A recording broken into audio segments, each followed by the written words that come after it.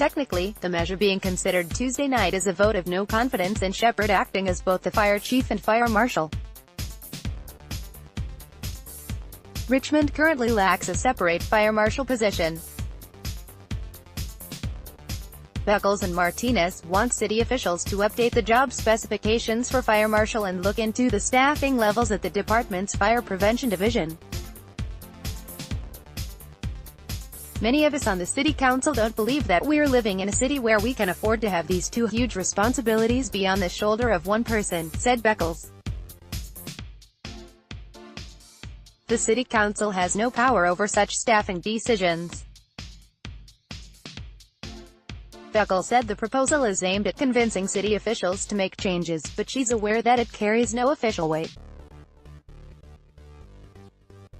"We can state very clearly that this is not something we are comfortable with," said Beckles, who is running for a seat in the state assembly. Mayor Tom Bott is opposed to the proposal. Criticized Beckles' measure in an emailed newsletter to constituents. "She should learn to understand city government first before asking you to move her to state government," he wrote. The mayor and Beckles recently got into an argument during a city council meeting that led Bott to storm out of the proceedings. Beckles and Martinez are members of the Richmond Progressive Alliance, a group that has been involved in strong disputes with the mayor in recent years. Bott released a letter that city manager Bill Lindsay wrote to members of the council, urging them to table the item. "First, let me state that there are important underlying policy issues that are contained in the agenda item put forth by council members Beckles and Martinez," wrote Lindsay.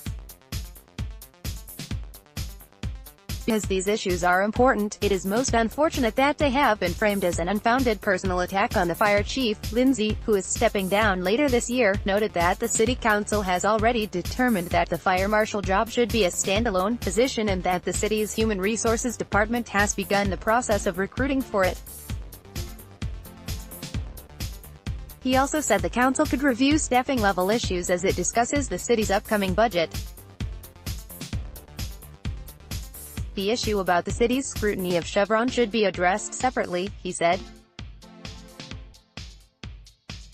A vote of no confidence by the city council, relating to any city employee, undermines the proper administration of the personnel system of rules contemplated by city charter, wrote Lindsay.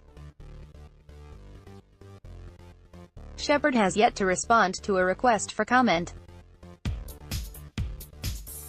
He has said in the past that fire officials were concerned the sound of sirens during the Sims Metal Management fire would have prompted people to flee their homes when the department wanted them inside because of the toxic smoke. Earlier this year there were 3 malfunctions at Chevron in a span of 2 months. The fire department normally does not investigate level 1 incidents that do not prompt evacuations or shelter-in-place alerts. Beckles said local fire officials rely too much on Chevron's assessment of flaring incidents and should scrutinize the refinery more. "The fire chief, fire marshal, is taking this company's word for it rather than investigating himself," said Beckles. The Bay Area Air Quality Management District conducts probes into many refinery malfunctions. Sometimes the Contra Costa County Hazardous Materials Program will require more information from Chevron after serious refinery problems. And other agencies, like California's Division of Occupational Safety and Health (Cal) OSHA, investigate serious refinery accidents.